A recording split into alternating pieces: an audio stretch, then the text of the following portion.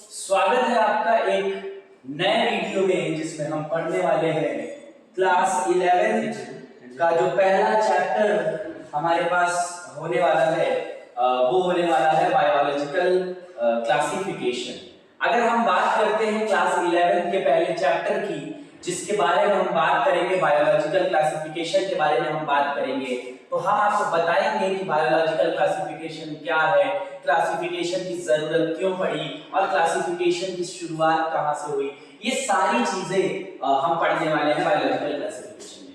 तो आपको यहाँ पे एनसीईआरटी का पीडीएफ दिखने वाला है और सारे एग्जाम, चाहे वो स्कूल के एग्जाम्स हो, चाहे वो नीट का एग्जाम हो, चाहे वो सीयूईटी का एग्जाम हो, सारे के सारे एग्जाम्स में क्वेश्चन, लगभग सारे क्वेश्चन एनसीईआरटी से ही आते हैं। तो आज हम पूरी एनसीईआरटी डिकोड करने वाले हैं और एनसीईआरटी को डिकोड करने के साथ साथ हम आपको ये भी बताएंगे कि बायोलॉजिकल क्लासिफिकेशन पढ़ना क्यों जरूरी है। तो आइए शुरू करते हैं इस धमाकेदार वीडियो को। और आप पढ़ने जा रहे हैं क्लास 11 का पहला चैप्टर, जिसका नाम होगा बायोलॉजिकल क्लासिफिकेशन। अब हम शुरू कर रहे हैं बायोलॉजिकल क्लासिफिकेशन और हम आपको बता देना चाहते हैं कि बायोलॉजिकल क्लासिफिकेशन में हमको 5 किंगडम्स के बारे में पढ़ना है, जिसमें मोनेरा के बारे में पढ़ना है, प्रोटिस्टा के बारे में पढ़ना है, फंजाई के बारे में पढ़ना है, प्लांटी के बारे में पढ़ना है, निमेलिया के बारे में पढ़ना है और वायरस, वायरस और लाइकेंस के बारे में भी हमको यहाँ पे जानना है। तो आइए हम क्लासिफिकेशन की शुरुआत करते हैं। अगर हम क्लासिफिकेशन की शुरुआत करें तो हम आ जाते हैं, हम व्हाइट बोर्ड पे आएंगे। अब हम शुरू कर रहे हैं क्लासिफिकेशन। तो हम यहां से शुरू करने वाले हैं क्लासिफिकेशन के बारे में। तो क्लासिफिकेशन में हम पहले क्लासिफिकेशन के बारे में बात करेंगे। तो हम बताएंगे आपको कि जब भी हम क्लासिफिकेशन की बात करते हैं तो हम सबसे पहले बात करते हैं कि व्हाई क्लासिफिकेशन इज नेसेसरी। हम बात करते हैं कि क्लासिफिकेशन जरूरी क्यों है। तो हम सबसे पहले बात करेंगे कि व्हाई क्लासिफिकेशन की जरूरत हमें क्यों पड़ी, व्हाई क्लासिफिकेशन इज नेसेसरी। तो हम आपको ये बता देंगे कि क्लासिफिकेशन की जरूरत इसलिए पड़ी कि जब एनसीईआरटी रिड्यूस नहीं हुई थी तो हमारे पास एक चैप्टर हुआ करता था, the living world. The living world अभी भी है, तो बहुत बड़ा छोटा सा चैप्टर हो गया है, तो जिसमें हम लिविंग वर्ल्ड की बात करते हैं और लिविंग वर्ल्ड में हम आपको ये बताते हैं कि जो लिविंग वर्ल्ड है उसमें लिविंग क्या है, लिविंग क्यों है, हायरार्किकल क्लासिफिकेशन क्या है और कितनी स्पीशीज है। तो वहां आपको ये पता चलता है कि हमारे पास अभी 1.7 टू 1.8 मिलियन स्पीशीज प्रेजेंट हैं। 1.7 टू 1.8 मिलियन स्पीशीज हमारे इस पूरे अर्थ पर प्रेजेंट हैं। तो क्या ये पॉसिबल है कि इन 17 से 18 लाख स्पीशीज को किसी एक ग्रुप या किसी एक किंगडम में रख के और हम उसकी स्टडी कर लें? नहीं, ये बिल्कुल भी पॉसिबल नहीं है। जैसे साइंस को पढ़ना एक विषय के लिए पॉसिबल नहीं है, वैसे ही क्लासिफिकेशन को भी पढ़ना केवल एक किंगडम के लिए पॉसिबल नहीं है। जैसे हमने साइंस को 3 पार्ट्स में डिवाइड किया, फिजिक्स, केमिस्ट्री एंड बायोलॉजी, उसी तरह हमने ऑर्गेनिजम्स को भी कई क्लासेस और कई किंगडम्स में डिवाइड किया और उसको नाम दिया हमने बायोलॉजिकल क्लासिफिकेशन। अगर हम अर्ली क्लासिफिकेशन की बात करते हैं तो लीनियस साहब का नाम आप सब लोगों ने सुना होगा। सर कार्लस लीनियस ने सबसे पहले दिया बाइनोमियल नोमेनक्लेचर, ये बात आप सब जानते हैं। और उन्हीं कार्लस लीनियस साहब ने किंगडम्स में 2 किंगडम्स में डिवाइड कर दिया। एक किंगडम था प्लांटी, एक था एनिमेलिया। लेकिन जैसे जैसे चीजें डाइवर्स होती गई, जैसे जैसे चीजें आगे बढ़ती गई, वेरिएशन आता गया ऑर्गेनिजम्स के अंदर। और जब ऑर्गेनिजम्स के अंदर वेरिएशन आएगा, प्रॉपर्टी अलग होगी, तो किंगडम्स बनते जाएंगे। हैकल साहब आए और बहुत सारे साइंटिस्ट और आए और उन्होंने 3 किंगडम और 4 किंगडम क्लासिफिकेशन दिया। लेकिन जो आज हमें इस चैप्टर में पढ़ना है वो पढ़ना है 5 किंगडम क्लासिफिकेशन। क्या पढ़ना है? 5 किंगडम क्लासिफिकेशन। तो प्यारे दोस्तों, प्यारे बच्चों, अगर हम 5 किंगडम क्लासिफिकेशन की बात करते हैं, ये मैं आपके दिमाग में सेट कर दूंगा कि 5 किंगडम क्लासिफिकेशन होता क्या है और 5 किंगडम क्लासिफिकेशन की स्टडी हम क्यों करते हैं। अब जरा आइए हम वापस पीडीएफ के पास चलते हैं और पीडीएफ में हम ये देखना चाहेंगे कि क्लासिफिकेशन की शुरुआत हुई कहां से, क्लासिफिकेशन कैसे हुआ, ये सारी चीजें हम इसमें देखेंगे। तो आपने यहाँ देखा कि there have been made many attempts to classify living organism, जैसा कि मैंने आपको बताया कि 2 किंगडम क्लासिफिकेशन भी दिया गया, 3 किंगडम क्लासिफिकेशन भी दिया गया, और लीनियस साहब की बात यहाँ करता है, Linnaeus type 2 kingdom classification system in which he divided kingdoms, animals or organisms into 2 kingdom, that is plantae and animal. ठीक है, फिर जब आगे हम बढ़े तो आगे और भी ऑर्गेनिजम्स आए, है ना, और वो यूकैरियोटिक, जो ये लीनियस साहब का सिस्टम था, वो यूकैरियोटिक और प्रोकैरियोटिक सेल्स के बारे में बात नहीं करता था। लेकिन जैसे ही हम आगे बढ़ने वाले थे, आगे बढ़ने के साथ हमें देखने को मिलता है जो 5 किंगडम क्लासिफिकेशन है, और 5 किंगडम क्लासिफिकेशन का ये जो चार्ट है वो बड़ा इंपॉर्टेंट है। इंपॉर्टेंट क्यों है कि इससे आप पूरे 5 किंगडम के क्लासिफिकेशन को स्टडी कर सकते हो, और पूरे 5 किंगडम के क्लासिफिकेशन को स्टडी करने के साथ साथ आप ये भी बता सकते हो कि कौन से किंगडम्स में क्या हो। अच्छा, जब हम किसी भी चीज को क्लासिफाई करते हैं तो मेरी बात को आप ये ध्यान से सुनिएगा कि क्लासिफिकेशन मतलब dividing into classes, dividing into kingdoms. तो आप हमें ये बताइए कि किस बेसिस पे हम क्लासिफाई कर रहे हैं, व्हाट इज द बेसिस। जैसे हम कहते हैं भाई तुम बहुत अच्छे हो, तुम बहुत बुरे हो, ये बुरा और अच्छा का क्राइटेरिया क्या है, क्या देखा है हमने कि आपको बुरे और अच्छे में क्लासिफाई कर दिया गया है। उसी तरह से कुछ तो बेसिस रहा होगा, तो उन्होंने कुल ये 5 बेसिस, किसने, आर.एच. व्हिटेकर साहब ने, आर.एच. व्हिटेकर साहब ने इन 5 कैरेक्टर्स की बात करी। 5 कैरेक्टर्स की, ये पहला कैरेक्टर था सेल टाइप, दूसरा कैरेक्टर था सेल वॉल, तीसरा था न्यूक्लियर मेम्ब्रेन, चौथा था बॉडी ऑर्गेनाइजेशन, पांचवा था मोड ऑफ रिस्ट्रिक्शन। तो प्यार से हमारी बात को समझिएगा। हम अगर सेल टाइप की बात करते हैं तो हमारे पास 2 ही तरह के सेल हैं, एक प्रोकैरियोटिक और एक यूकैरियोटिक, एक प्रोकैरियोटिक और एक यूकैरियोटिक। हाँ, तो प्रोकैरियोटिक और यूकैरियोटिक आप सबको पता होगा, 11th में आ चुके हैं, और आपको प्रोकैरियोटिक और यूकैरियोटिक का डिस्टिंग्विश पता होगा कि प्रोकैरियोटिक क्या होता है और यूकैरियोटिक क्या होता है। अगर हम प्रोकैरियोटिक सेल की बात करते हैं तो प्रोकैरियोटिक सेल क्या होता है? प्रोकैरियोटिक सेल वो होते हैं जिनके अंदर न्यूक्लियर मेम्ब्रेन प्रेजेंट नहीं होती, न्यूक्लियर मेम्ब्रेन प्रेजेंट नहीं होती। न्यूक्लियर मेम्ब्रेन क्या होती है? एब्सेंट होती है। तो क्या केवल न्यूक्लियर मेम्ब्रेन ही एब्सेंट होती है?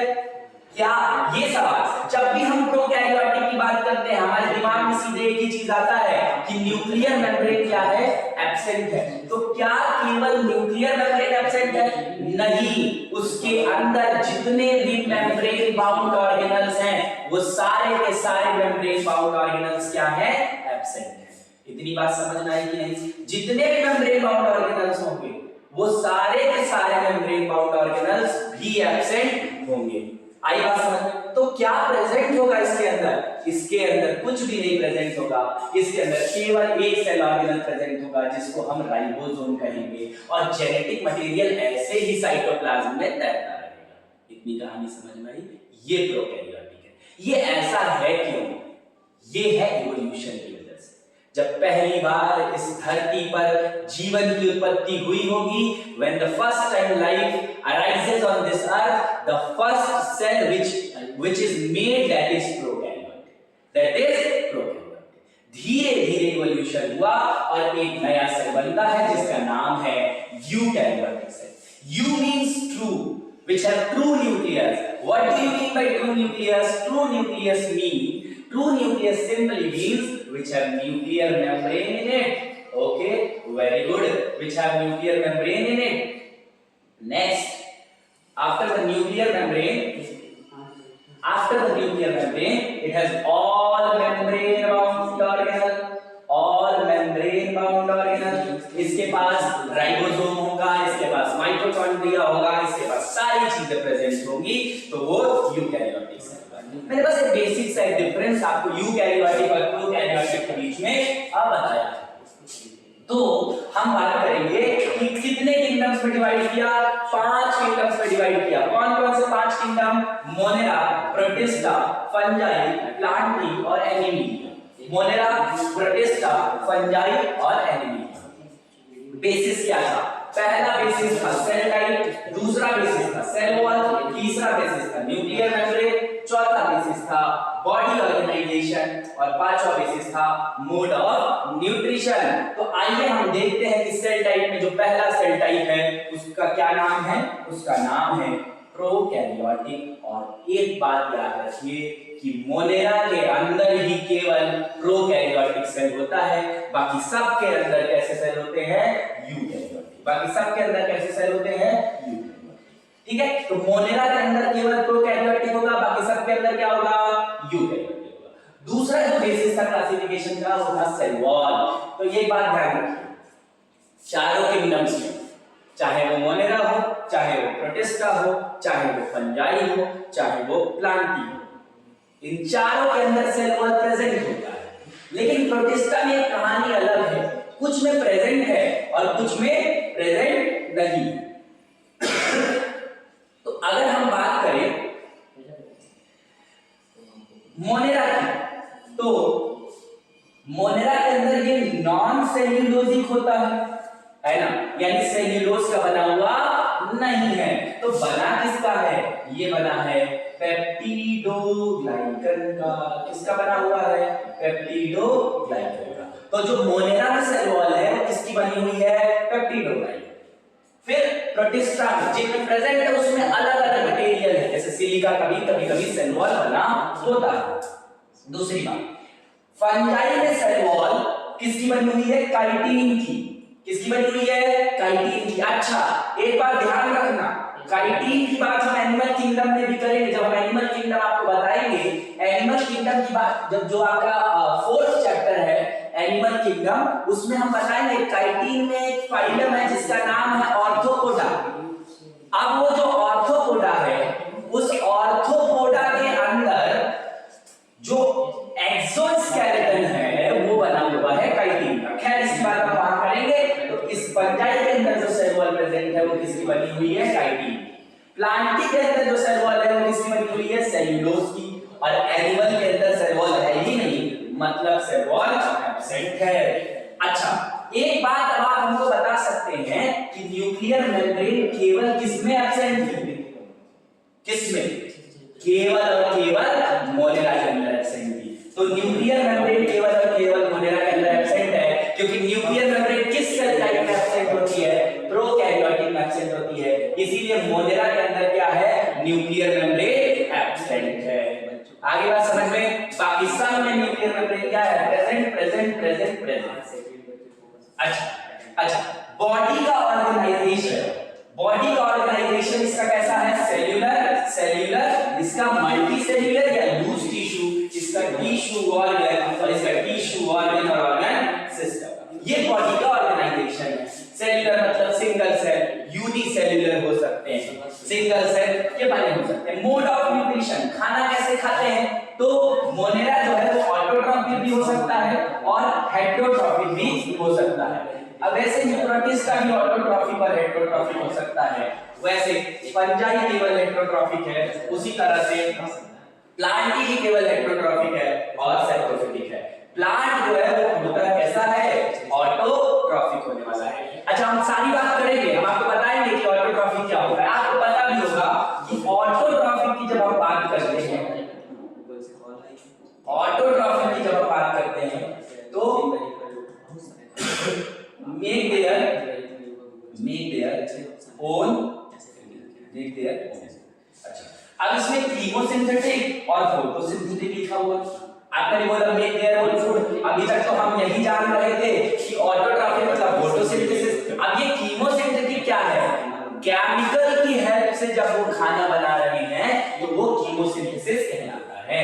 ठीक है, तो यहाँ पे ऑटोट्रॉफिक के साथ फोटोसिंथेटिक, यहाँ पे सैप्रोफिटिक, डेड एंड डिकेइंग, याद आया, डेड एंड डिकेइंग के फीड करने वाले ऑर्गेनिज्म को क्या कहते हैं, सैप्रोफिटिक। यहाँ भी सैप्रोफिटिक की बात कर रहे हैं। तो आशा करता हूं कि ये चार्ट जो है वो आपको बहुत अच्छे से समझ में आया। आई बात समझ में, तो ये क्लियर है।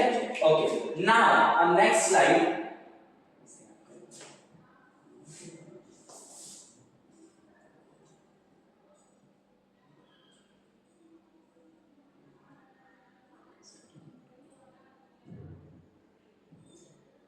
हम नेक्स्ट स्लाइड पे देख रहे हैं कि जो हमने अभी 5 किंगडम क्लासिफिकेशन के बारे में पढ़ा, तो 5 किंगडम क्लासिफिकेशन के बाद दूसरी स्लाइड में आपको यहाँ पे देखने को मिला होगा 3 डोमेन क्लासिफिकेशन। अब ये 3 डोमेन क्लासिफिकेशन क्या है? एक साइंटिस्ट है, उनका नाम है कार्ल वूस। क्या नाम है? कार्ल वूस। अब ये जो साइंटिस्ट हैं कार्ल वूस ने कहा कि देखो हम जो है मोनेरा को 2 पार्ट्स में डिवाइड करेंगे, ठीक है? एक में हम आर्की बैक्टीरिया को रखेंगे और एक में हम यू बैक्टीरिया को रखेंगे। मोनेरा को हम क्या करेंगे? 2 पार्ट्स में डिवाइड करेंगे। एक में हम आर्की बैक्टीरिया को रखेंगे और एक में हम किसको रखेंगे? यू बैक्टीरिया को रखेंगे। तो उस समय क्या किया कि प्रोटिस्टा से लेकर के एनिमीलिया, इन्होंने केवल बेसिस किसको बनाया? यूकैरियोटिक और प्रोकैरियोटिक। और इन्होंने मोनेरा को 2 डोमेन में बांट दिया, एक में आर्की बैक्टीरिया को रखा और एक में यू बैक्टीरिया को रखा, ठीक है? मोनेरा हम पढ़ेंगे तो हम आपको आर्की बैक्टीरिया और यू बैक्टीरिया के बारे में बताएंगे, ठीक है? तो मोनेरा को 2 भागों में डिवाइड किया, 2 डोमेन्स में डिवाइड किया, एक आर्किया और एक प्रोकैरिया। और उसके बाद बाकी चारों को क्या कर दिया? उन्होंने एक ही किंगडम में रख दिया जिसका नाम रखा यूकैरिया। क्या नाम रखा? यूकैरिया, ठीक है? तो 5 किंगडम क्लासिफिकेशन की जब हम बात कर रहे थे तो 5 किंगडम क्लासिफिकेशन में हम आपको ये बता रहे थे कि 5 किंगडम क्लासिफिकेशन में हम आपको ये बता रहे थे कि जो ऑर्गेनिजम्स हैं, उन ऑर्गेनिजम्स को हम कैसे डिवाइड कर रहे हैं और कैसे हम उनको क्लासिफाई कर रहे हैं। अब हम शुरू कर रहे हैं मोनेरा, किंगडम मोनेरा के बारे में। किसके बारे में? किंगडम मोनेरा के बारे में। आइए तो शुरू कर रहे हैं किंगडम मोनेरा। तो किंगडम मोनेरा में क्या है कि बैक्टीरिया जो है वो सोल मेंबर है। बैक्टीरिया क्या है? सोल मेंबर है। सोल मेंबर मतलब केवल और केवल बैक्टीरिया इसके अंदर प्रेजेंट होंगे। और बैक्टीरिया के बारे में आप सब कोई जानते हैं कि बैक्टीरिया क्या है? ये मोस्ट एबंडेंट माइक्रो ऑर्गेनिज्म है, हर जगह पाए जाते हैं, ठीक है? और एक मुट्ठी अगर हम सॉइल लें तो उस एक मुट्ठी सॉइल में हैंडफुल ऑफ बैक्टीरिया में हैंडफुल ऑफ सॉइल में हंड्रेड्स ऑफ बैक्टीरिया प्रेजेंट होंगे, ठीक है? तो जो बैक्टीरिया है वो एक्सट्रीम हैबिटेट्स में प्रेजेंट होते हैं, जैसे hot spring, desert, snow, deep ocean, ठीक है? और अलग-अलग लाइफ फॉर्म्स में ये रह सकते हैं। अच्छा, जो एक्सट्रीम कंडीशंस में रहते हैं उनको हम आर्की बैक्टीरिया कहते हैं। क्या कहते हैं? आर्की बैक्टीरिया कहते हैं, ठीक है? तो जो बैक्टीरिया एक्सट्रीम कंडीशंस में रह रहे हैं उनको हम आर्की बैक्टीरिया कहते हैं। अच्छा, बैक्टीरिया की बात अगर हम करें तो इनके शेप के बेसिस पे हमने इनको 4 पार्ट्स में डिवाइड किया गया है। पहले है कोकस, दूसरा है बैसिलस, तीसरा है विब्रियम और चौथा है स्पाइरल। अब कोकस का शेप कैसा होगा? स्फेरिकल होगा। कोकस का शेप कैसा होगा? स्फेरिकल होगा। मैं आपको दिखा देता हूं। कोकस का जो शेप है वो ऐसा होगा। आप यहां ध्यान से देखेंगे, कोकस का जो शेप है वो कैसा होगा? वो ऐसा होगा, स्फेरिकल होगा। बैसिलस का जो शेप है वो कैसा होगा? रॉड शेप का होगा। एग्जांपल क्या हो जाएगा? लैक्टोबैसिलस। स्पाइरल का जो शेप होगा वो स्पाइरल होगा और इसको हम कहेंगे स्पाइरल। और विब्रियो का जो शेप होगा वो कैसा होगा? कॉमन शेप होगा। तो जो बैक्टीरिया का शेप है वो डिफरेंट, बैक्टीरिया का जो क्लासिफिकेशन है वो शेप के बेसिस पे 4 पार्ट्स में हमने बैक्टीरिया को डिवाइड करके रखा है। बोलिए इतनी कहानी समझ में आई कि नहीं? इतनी कहानी समझ में आई कि नहीं? अच्छा, तो बैक्टीरिया के बारे में एनसीईआरटी एक लाइन लिखती है कि इनका स्ट्रक्चर भले ही बड़ा सिंपल सा, इनका structure though the bacterial structure is very simple but they are very complex in behavior, ठीक है? means simple in structure but complex in behavior। अब अगर बैक्टीरिया के अदर ऑर्गेनिज्म से कंपैरिजन करते हैं तो इनके अंदर मोस्ट एक्सटेंसिव मेटाबॉलिक डाइवर्सिटी पाई जाती है। जैसे मेटाबॉलिक डाइवर्सिटी क्या है कि कुछ बैक्टीरिया ऑटोट्रॉफिक है, मतलब वो अपना खुद फूड सिंथेसाइज कर सकते हैं इनऑर्गेनिक सब्सटेंसेस से। वहीं कुछ फोटोसिंथेटिक ऑटोट्रॉफ है, कुछ कीमोसिंथेटिक ऑटोट्रॉफ। मतलब कुछ तो अपना खाना कैसे बना रहे हैं, वो फोटोसिंथेसिस से बता रहे हैं। सिंपल सा जो प्लांट में प्रोसेस चलता है वही कि भाई कार्बन डाइऑक्साइड होगा, साथ में वाटर होगा और हमको मिल जाएगी सनलाइट, क्लोरोफिल प्रेजेंट ही होगा और हम बना देंगे क्या, ग्लूकोज C6H12O6 और साथ में हम बना देंगे ऑक्सीजन और साथ में हम बना देंगे वाटर, साथ में क्या बना देंगे, वाटर। तो ये कौन करता है, ये फोटोसिंथेटिक ऑटोट्रॉफ्स आपको करने को देखने को मिलेंगे। वही कीमोसिंथेटिक ऑटोट्रॉफ है जो कभी-कभी जो सल्फर वाले बैक्टीरिया हैं जो सल्फर हैबिटेट में रहते हैं वो सल्फर से अपना खाना बनाने लगते हैं। वही vast majority of bacteria are heterotrophs. What do you mean by heterotrophs? मतलब ये दूसरे के ऊपर डिपेंडेंट होते हैं, दूसरे के ऊपर डिपेंडेंट होते हैं। तो आज के लिए बस इस वीडियो में इतना ही। I hope so you like this video and आपको ये बातें नहीं समझ में आई होंगी। देखिए हम केवल यहाँ एनसीईआरटी के बारे में बात कर रहे हैं, ठीक है। और जो मैं वीडियोस बनाऊंगा उसमें और इसको इलैबोरेट करके समझाने की कोशिश करूंगा, क्योंकि ये एनसीईआरटी डिकोड सीरीज है तो इसमें एनसीईआरटी के बारे में ही बात करेंगे, ठीक है। तो आप जुड़े रहिए हमारे साथ, हम आपको देने वाले हैं हर एक वीडियो में हर एक सब्जेक्ट का सॉल्यूशन। तो please subscribe Shri Mangalam institute. Thank you very much. जय हिंद।